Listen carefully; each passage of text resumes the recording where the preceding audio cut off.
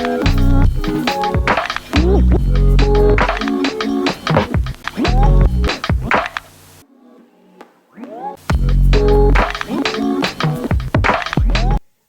and welcome back to Smart Martial Arts, the YouTube channel where we go over everything martial arts. In this video, I'm going to be talking about rules that dojos and gyms will set in place and then when you can break them. The rules being, like, never do this or always do that. That's a whole different video that I'll do later on. But the two things I want to talk about is guard and then crossing your feet. I'm going to start with guard. When I teach anyone, whether it be young kids, the adult karate class, whoever I'm teaching, I will always say keep your guard up, and I will always keep hounding it up, but then when I spar, my guard will be down. And here's why. My thing with rules is as follows. I'm going to teach you the rule and tell you why it is there, so then once you can understand why the rule is there, then you can break it.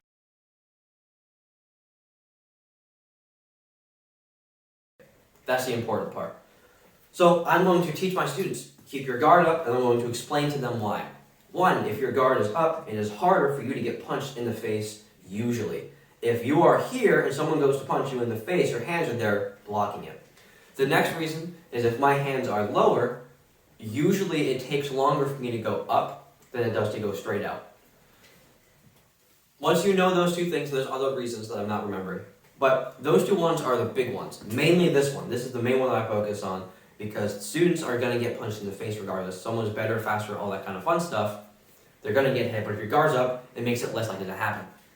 But now, when I spar, usually my guard is down. Not all the way down, but it's down, not covering my head, and I get yelled at. But I have this in the back of my mind, this thought. So now that we know the rules, now we can break them. There's a few reasons why I might break them. The main one is, for me, because I'm lazy and my shoulders are getting tired. That's why I break this one. The other one, the actual reason why I might break it, other than I'm lazy and my arms are being tired, is so I can make them do something in response to it. So if I'm here and then they always hear me hound, hey, keep your guard up, and now suddenly my guard goes down, they're probably going to say something or they're going to do something about it. The do something about it is they're going to try to punch me in the head or kick me in the head, whatever it's going to be. But now, I can reasonably predict that if my hand goes down, I know what they're going to do, and I know where they're going to do it to. My head is probably going to try to punch it. So now, I'm here, I bring my hands down to bait them, and then I do something else. Right? So that's one of the big things. I think Icy Mike calls that attack by drawing, where I am basically subconsciously making them do something, even though they might not realize it. So that's one of the big things why I will break the guard. And it doesn't always work for other people. There's a first degree black belt in the kids' advanced class who his guard is like this. And it sometimes works for him. If he's working with the other students in his class, it works for him because he's really quick.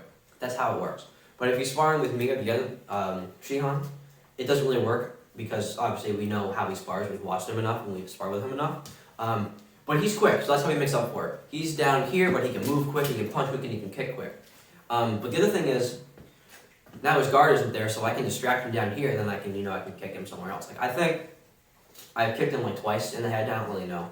But both times, he just kind of stood there with his guard down. And I'm like, do you know why you got kicked in the face? And he's like, yeah, my guard was down. And I'm like, cool. As long as he knows, I don't care.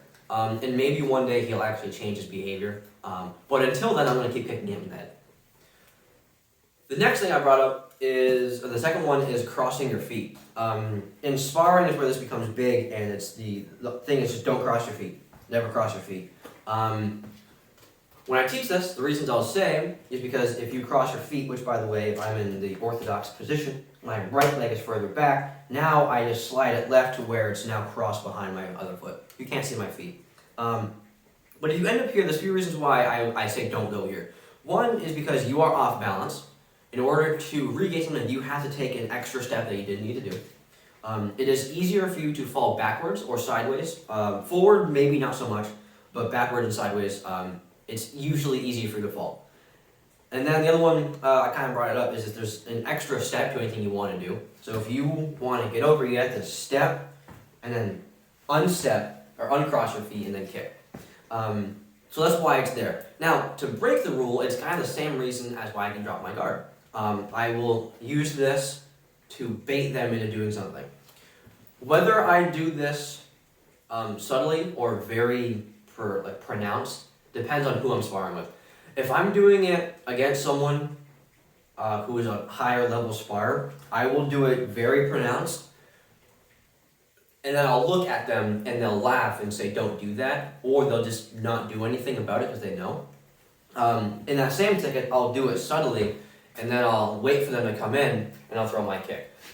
The times that you can break the rules are when you're doing it on purpose, I think is a better way to put it. Because some people just aren't good at keeping their guard up, their shoulders get tired. But if you are breaking the rule on purpose and for a good reason that you can tell me, then I don't really care. So here I cross, now I've told him, hey, I'm off balance, I'm vulnerable here. They come in, I can kick, I can punch, or I can get out. The other problem with doing all this kind of stuff is if you do like a karate style or a taekwondo style or whatever the hell it wants to do, I don't know that much, where some techniques require you to cross your feet, like if you have a combination where in order to take someone down, you twist stance, bring them down. So now that they see it where it can be used and now it's okay, but that's also a different thing because combinations, jiu-jitsu, grabs, a takedown is different than actual sparring. But that's kind of the main two things that I can think of when rules are set in place versus when you can break them. I hope that makes sense. Maybe in the next video I'll talk about always versus never and kind of why those terms get used and why I use them and why I disagree with them on occasion. But other than that, I hope you guys enjoyed the video and I will see you guys in the next one. Have a good one.